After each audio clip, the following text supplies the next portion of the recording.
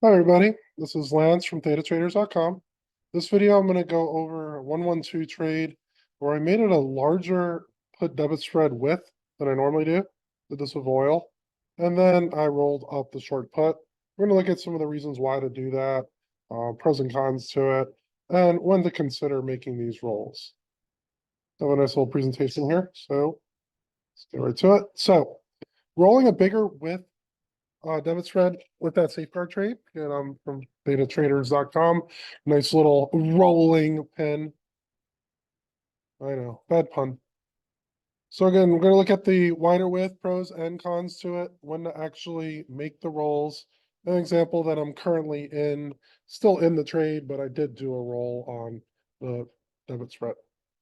So wider width debit spreads. Some of the pros are they do give more protection against sudden down moves. So if you have a very large width, let's say you do a put debit spread and sell two naked puts below it, by having a sudden down move, you're still going to probably be okay, mostly because the larger width could have a bigger max profit. If it happens immediately, it could still hurt. I'm not saying that it's necessarily going to be a win all time trade, but it does help compared to a smaller width. You do have more possible profits with a larger width.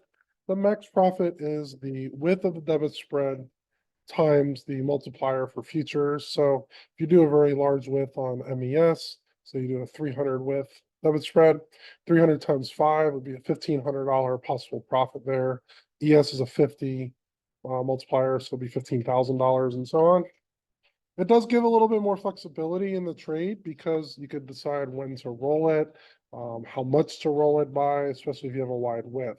If you're stuck on a pretty standard 50 width debit spread, it's pretty hard to roll much. You could try to roll at 25 points, but pretty much stuck in that situation.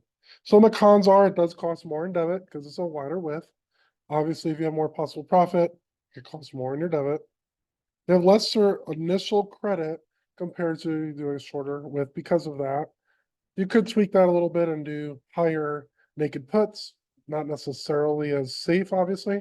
But if we're just comparing apples to apples, same naked put delta and expirations, if you have a larger width, obviously it's going to be less initial credit because the debit is larger. And rolling might not give much credit in some situations. You might be rolling 100 width on an MES and maybe only get a few dollars in premium for it. So considerations when to roll. Pretty much any time you could consider rolling. There might be some more advantageous times than others. One of the issues are you don't know exactly what's going to happen with the futures or stock price. So obviously hindsight is 2020 on these, but you can consider rolling early in the trade, lock in some initial credit when the market moves. You could get that quick quote unquote profit on at least the debit spread if you're possibly deciding to get out of that trade. If you go near the middle of the expiration dates, you can have a little bit more flexibility, have some debit on, could still collect a decent amount of premium on the max profit on that debit spread, but you could also get in some credits on the roll. Near the end of your trade, you can lock in large credits, especially if you're near the strike prices. Near the max profit would be at expiration date if you're pretty much right at the money on the sold option. But sometimes you can make very close to that, 80 to 90% profits, especially if there's not many BTE left. And then finally, at expiration, I would recommend closing at expiration because if you have a sold, say a sold put and it markets below that, to get a sign on that, you're going to close it within a few days expiration because you would get most of that value of the debit spread. This is the example that I did recently. Started it on March 26th and I already had another safeguard in play at the time, so I staggered on these as a campaign. What I did was I bought a 73.71 two width put debit spread. And then I sold two of the 63 puts, naked puts against it.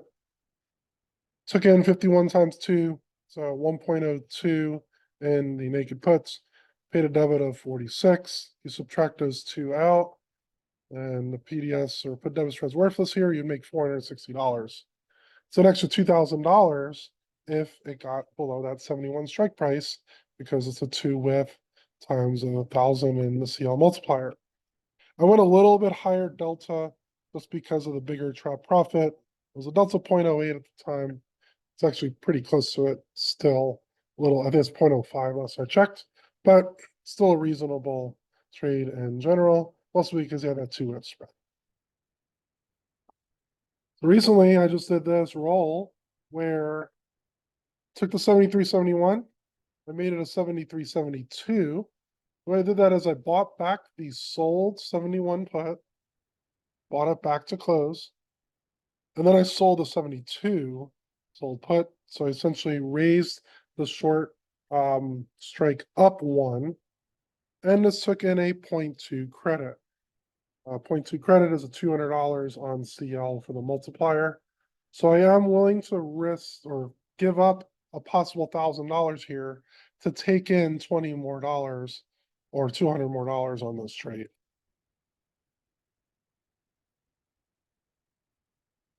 The current position, still have those two make puts at 63. I now have a 73.72 put debit spread. And I alert this on the Discord so all members at the inner circle could see exactly what's happening here. Current position, I could still do another roll possibly. I could roll that 72 up to a 72.5 if the credit is worth it. But in general, I'm probably going to leave this the way it is and then look to close the 63 at a very large profit, probably 90% profit or so. So some considerations to use. When you roll, you are giving up those possible bigger profits if the market gets to that sold put. Because we're rolling out early, you're not getting the max amount. I had a 1 whiff there and I only got 0.2 out of that. So I think 0.2, $200 for the trade is still okay. Roll when you're okay with the premium collected, and you're okay having a little less protection because you have that smaller whiff in play. Okay.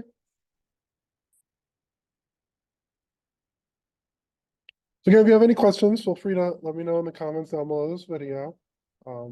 If you're interested in seeing these trades, you could join datatraders.com, the inner circle membership.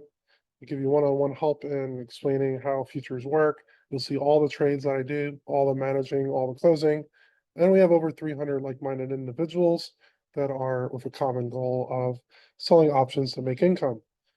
Hope you enjoyed this video. Again, leave a comment, smash that like button, and subscribe if you haven't already. And see you guys on the next one.